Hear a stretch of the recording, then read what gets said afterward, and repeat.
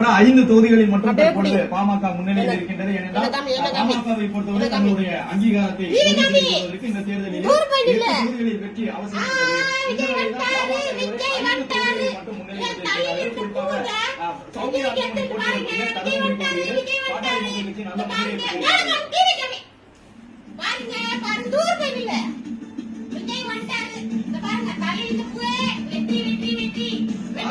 முன்னேற்றம் போட்டியிட்டிருந்த 4 தொகுதிகளில் முன்னேற்றம் தொடங்கியிருக்கிறார்கள் என்பதை பார்த்துக் கொண்டிருக்கிறோம். 4 தொகுதிகளிலும் பாஜக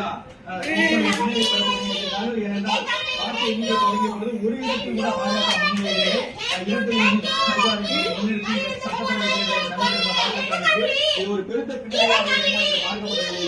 ஏற்கனவே 4 உறுப்பினர்களை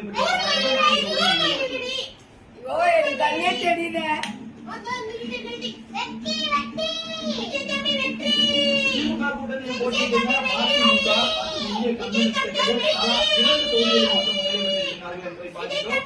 அதிமுகவை பொறுத்தவரை திமுக சின்னத்திலே போட்டியிட்டிருந்தார்கள். அப்படி இருக்கும் 2 தொகுதிகளில் மட்டும் முன்னிலையில் இருக்கிறார்கள். இந்திய கம்யூனிஸ்ட் கட்சியும் திமுக கூட்டணியில் 2 இடங்களில் முன்னிலையில்